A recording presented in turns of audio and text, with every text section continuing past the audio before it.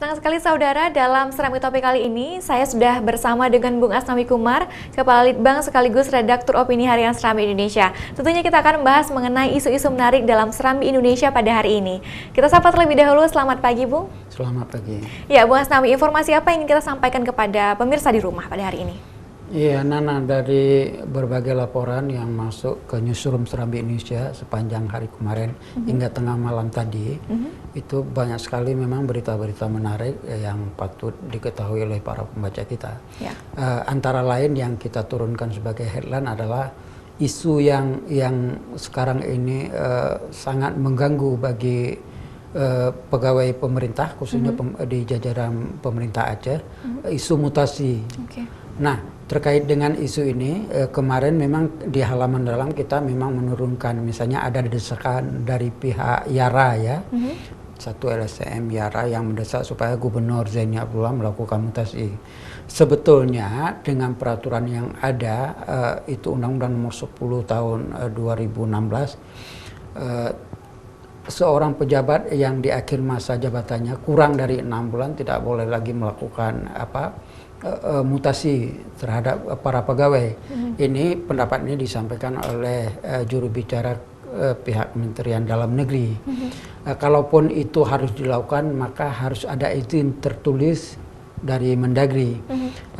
Kemudian isu ini kita konfirmasi dengan Gubernur Zaini Abdullah. Ternyata Gubernur Zaini Abdullah sendiri mengatakan tidak berniat melakukan mutasi. Gubernur juga merasa heran dari mana isu itu berembus. Karena itu Gubernur juga menyatakan bahwa sisa masa kepemimpinannya yang akan berakhir pada tanggal 25 Juni tahun ini, itu beliau akan fokus pada satu event nasional besar yang akan berlangsung di Banda Aceh, yaitu Pekan Nasional Kontak Tani Nelayan Andalan, yang nanti akan berlangsung pada tanggal 6 sampai 11 Mei tahun ini. Karena itu Gubernur menyatakan tidak ada isu mutasi terhadap pejabat eselon 2 yang jumlahnya sekarang 62 orang yang beberapa waktu lalu dikukuhkan oleh pelaksana tugas Gubernur oleh Pak Majen TNI Purnawirawan Sudarmo ya. Jadi tidak ada isu mutasi dan Gubernur menyatakan itu bahwa beliau juga heran kenapa isu ini dihembus. Bisa jadi menurut Gubernur ada pihak-pihak yang tidak terserap dalam jabatan yang ada sekarang sengaja melemparkan isu ini supaya yang bersangkutan nanti akan ditempatkan di suatu tempat yang atau boleh jadi orang yang sudah dilantik itu tidak merasa tidak nyaman dengan posisi sekarang akan karena itu mendorong supaya mutasi ini dilakukan. Tapi sebetulnya itu sudah tidak boleh. Berarti isu yang sudah berhembus di masyarakat selama ini, beberapa hari terakhir ini adalah isu hoax seperti itu, Bung. Isu hoax dan sudah dikonfirmasi oleh pihak Gubernur sendiri bahwa ini adalah isu hoax dan tentunya juga informasi untuk masyarakat mungkin seperti itu supaya tidak terus berlarut-larut dalam isu ini seperti itu. Karena juga dari Gubernur sendiri sudah sibuk dengan persiapan menuju PENAS. Adakah informasi lainnya yang kita anggap penting, Bung, pada hari ini? Iya, sedikit lagi soal isu ini. Jadi kepada para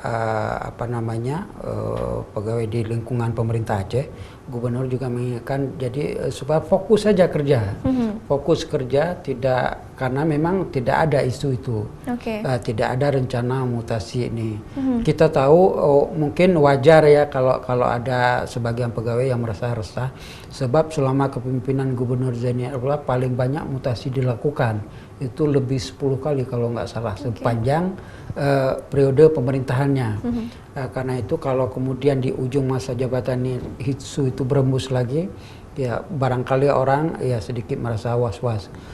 Karena itu Gubernur juga menyatakan di samping akan menyukseskan PENAS KTNA ke-15, beliau juga akan fokus untuk memeriksa kembali berbagai paket proyek yang sudah ditender. Yang juga sempat disebutkan proyek siluman seperti itu. Betul, akan diperiksa semuanya sehingga Gubernur ingin benar-benar menutup masa pemerintahannya ini secara bersih, kemudian tidak ada PR yang ditinggalkan untuk gubernur baru yang akan datang nanti, Nana. Tentunya Gubernur Aceh saat ini dalam akhir masa jabatannya fokus pada PR-PR-nya seperti itu, Bung, ya. PR-PR-nya dan juga PENAS nantinya. Baik, adakah informasi lainnya, Bung, yang menarik pada hari ini? Kita juga melakukan follow up terhadap berita hangat yang kemarin kita turunkan sebagai headline, yaitu soal penembakan posko pemenangan calon Bupati Aceh Timur dan PD, ya.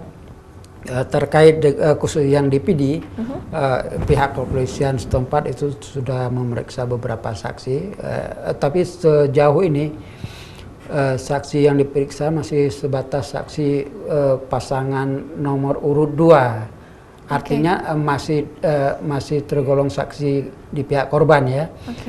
Kemudian kita dalam hal ini misalnya Kapolda juga kemarin sudah melakukan peninjauan langsung ke sana, dan pihak kepolisian sendiri bertekad untuk terus memburu, mengejar pelaku, sebab sesungguhnya Pilkada Aceh yang sudah berlangsung cukup tertib, aman, sukses, tapi di ujung pada tahapan proses penetapan calon terjadi kasus seperti ini. Meski sampai sekarang tidak khusus yang di PD, ya, tidak ada korban jiwa. Kemudian terkait dengan ada korban luka yang dari Aceh Timur. Dari Aceh Timur, dari pantauan kita kemarin itu sudah agak membaik.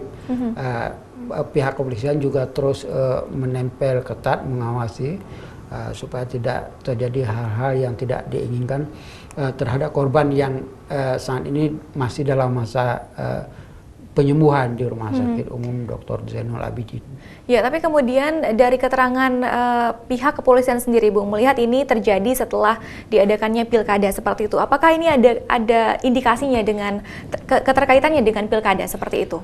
Ya, sejauh ini melihat sasaran tembak misalnya yang di Aceh Timur, yang ditembak salah satu tim sukses paslon tertentu, ya. Kemudian di PD kita melihat sasaran tembak posko calon tertentu juga, ya. Ini ya meski kita meski pihak pejabat berwenang nggak mengatakan tidak ada itu pilkada, tetapi kita rasanya bisa mendebak bahwa ini memang erat kaitannya dengan pilkada. Apalagi kita kemarin juga menurunkan berita dengan mewawancari sejumlah orang bahwa kejadian-kejadian ini dimaksudkan untuk mempengaruhi keputusan dari MK. Keputusan MK itu. Tapi sejauh ini kita juga baru dapat kabar, belum ada konfirmasi dari pihak bahwa dari sejumlah perkara yang diajukan, sejumlah kasus yang diajukan ke MK, itu yang akan diproses nanti kalau nggak salah hanya yang dari Galus. Sedangkan yang dari lain mungkin sejauh ini tidak memenuhi syarat untuk diproses atau disidangkan dalam sengketa ini. Kemudian Nana, ada berita menarik yang juga sempat heboh, ya, terutama di kalangan angkatan kerja kita. Dalam hal ini adalah proses rekrutmen di Rumah Sakit Umum Dr. Zainul Abidin, yang prosesnya testing, berbagai tahapan testing sudah dilakukan. Namun belakangan diketahui ada orang yang justru lewat tanpa melalui tahapan-tahapan itu. Misalnya ada proses seleksi berkas, kemudian tes tertulis, kemudian psikotes juga. Nah, ini yang kemudian dipersoalkan oleh masyarakat kita, dan ini termasuk isu heboh juga. Benarkah kemudian informasi ini, Bu, yang sudah sangat luas beredar di lingkungan masyarakat? Iya, betul. Kita juga melakukan konfirmasi dengan pihak Rumah Sakit Umum Zainul Abidin, diakui bahwa itu dilakukan untuk misalnya ada beberapa pegawai bakti yang ingin diterima menjadi pegawai kontrak. Tetapi sesungguhnya itu kan tidak fair. Artinya proses seleksi sudah dilakukan, kemudian baru aturannya dibuat belakangan.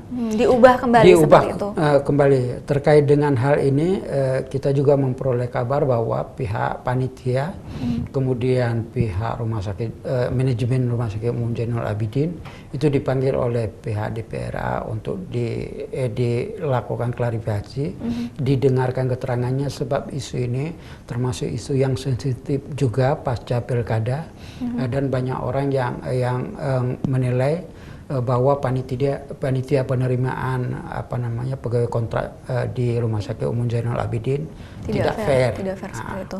Dan tentunya informasi setelah nantinya diadakan pertemuan dengan DPRA dan juga pihak dari rumah sakit panitia ini sendiri, masih akan terus kita nantikan informasi selanjutnya, Bung, terkait dengan hal ini. Betul, Nana. Kita memang melihat, andai kata misalnya pihak panitia menyelenggarakan proses seleksi ini secara fair, secara terbuka, transparan, kemudian tidak main-main. Ini ada pengumuman yang ditempel di papan pengumuman, hanya sebentar, lalu kemudian ketika orang ramai ingin melihat sudah tidak ada. Banyak kejanggalan, Bu. Hal-hal seperti ini itu sangat dirasakan tidak fair ya oleh masyarakat kita, oleh angkatan kerja kita yang memang saat ini itu membutuhkan lapangan pekerjaan. Betul, lapangan pekerjaan. Nana.